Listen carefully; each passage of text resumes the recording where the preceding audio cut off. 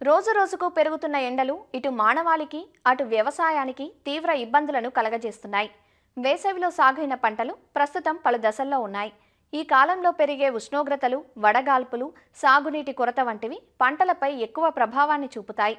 సక్రమంగా నీరందక పంటలు ఎండిపోయే ప్రమాదం ఉంటుంది. వేగంగా వీచే వడగాల్పులకు, ఎండ తీవ్రతకు మొక్కలు వడలిపోతాయి. వీటన్నింటినీ దృష్టిలో ఉంచుకొని కొన్ని మెలకువలు పాటించడం ద్వారా వేసవి ఎండలు, వడగాల్పుల నుండి పంటలను కాపాడుకోవచ్చు. ఆ మెలకువల గురించి తెలియజేస్తున్నారు విజయనగరం జిల్లా ఏరువాక కేంద్రం ప్రధాన శాస్త్రవేత్త డాక్టర్ కె లక్ష్మణ్. ఈ వడగాల్పులు అంటే సాధారణంగా హీట్ వేవ్ అని అంటాము. ఇది ఇప్పుడు ఏదైతే 40 డిగ్రీల ఉష్ణోగ్రతకి మించి ఈ యొక్క పగటి కాలంలో ఉష్ణోగ్రతలు కానీ నమోదైనట్లయితే పంట చాలా వరకు ఎఫెక్ట్ అయ్యి ఈ యొక్క వడలిపోయినట్లు గమనిస్తాం. కాబట్టి ఈ పంటకి ఫ్రీక్వెంట్‌గా పల్చటి నీటి తడులు మాత్రం ఇవ్వాలి. వీలైనంత వరకు ఉదయం పూట గానీ, లేదంటే సాయంత్రం పూట గానీ నీటి తడులు అందించినట్లయితే మంచిది.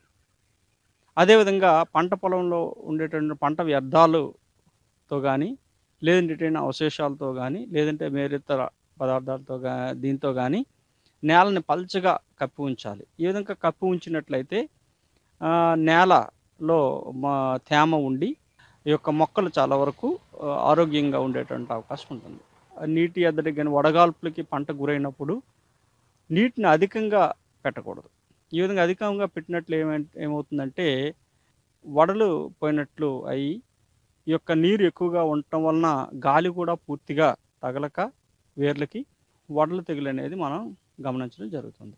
అదేవిధంగా పంట వడదెబ్బకి గురైనప్పుడు ఎరువులు కూడా వేయకూడదు. ఉష్ణోగ్రతలు తగ్గుముఖం పట్టిన తర్వాత ఈ యొక్క మల్టీకే అనే మందుని 10 గ్రాముల లీటర్ నీటికి చొప్పున కలుపుకొని ఒకసారి పంటపై పిచికారీ చేసుకున్నట్లయితే పంట ఆరోగ్యవంతంగా పెరిగేదానికి ఆస్కారం ఉంటుంది.